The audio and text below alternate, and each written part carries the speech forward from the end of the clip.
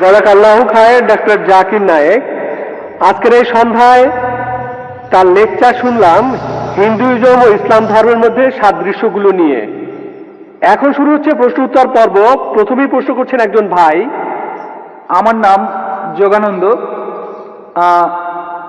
এই অনুষ্ঠানে থাকতে পেরে আমি ধন্যবাদ জানাই সর্বশক্তিমান আল্লাহকে। আজকে স্রষ্টা আমাদের কাছে শান্তির বাণী পাঠিয়েছেন জাকির নায়েকের মাধ্যমে।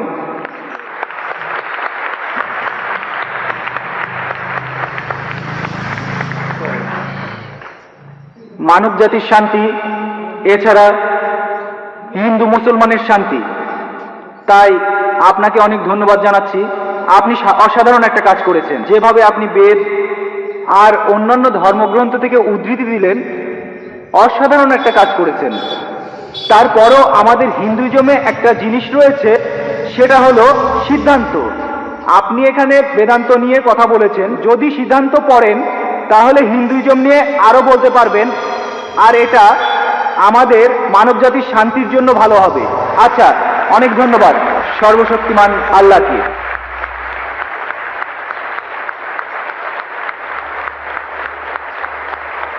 আপনার মন্তব্যের জন্য অনেক ধন্যবাদ।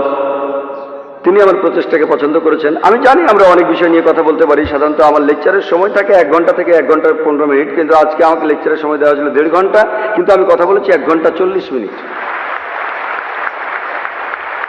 আমি জানি আমরা যা কিছু করছি আমাদের এই কাজগুলো মহাসাগরে 1 বিন্দু পানির সমান।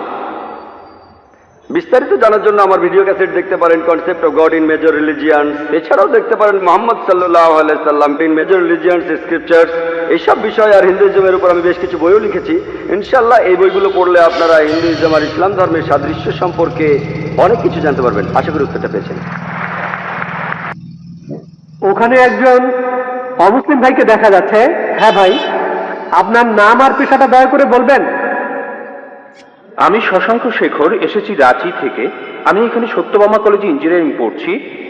স্যার, আজকের অনুষ্ঠানে আপনার লেকচার শোনার পর ইসলাম ধর্ম আর মুসলমানদের সম্পর্কে আমাদের ভুল ধারণা দূর হয়ে গেছে।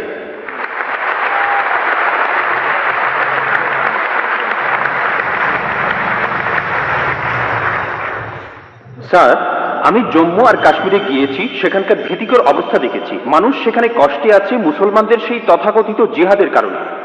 স্যার, আমার প্রশ্নটা হলো, ইসলাম কি এইসব কাজের অনুমতি দেয়? যদি না দেয় তাহলে এই জিহাদ শব্দটার অর্থ আসলে কি?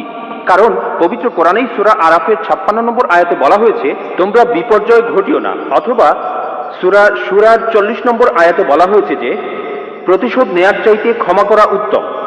অথবা সূরা মাইদার 32 নম্বর আয়াতে বলা হয়েছে যে যদি কেউ কাউকে হত্যা করে সে মানব জাতিকেই হত্যা করলো। স্যার, একই বিষয় নিয়ে আমার আরো প্রশ্ন আছে।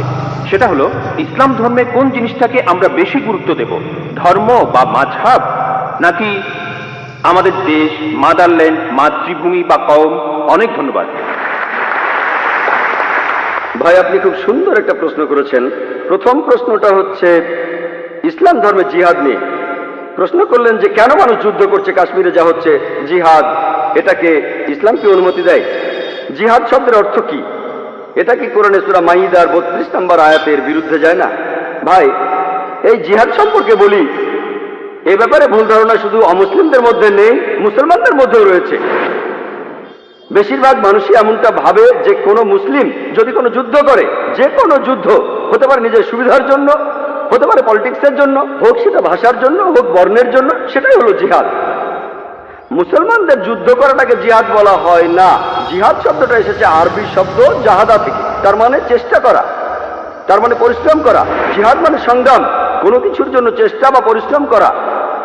ইসলামিক অভিধান অনুযায়ী জিহাদ অর্থ কারো অসৎ প্রবৃত্তির বিরুদ্ধে সর্বশক্তি দিয়ে লড়াই করা। এছাড়াও জিহাদ মানে সমাজের উন্নতির জন্য চেষ্টা করা।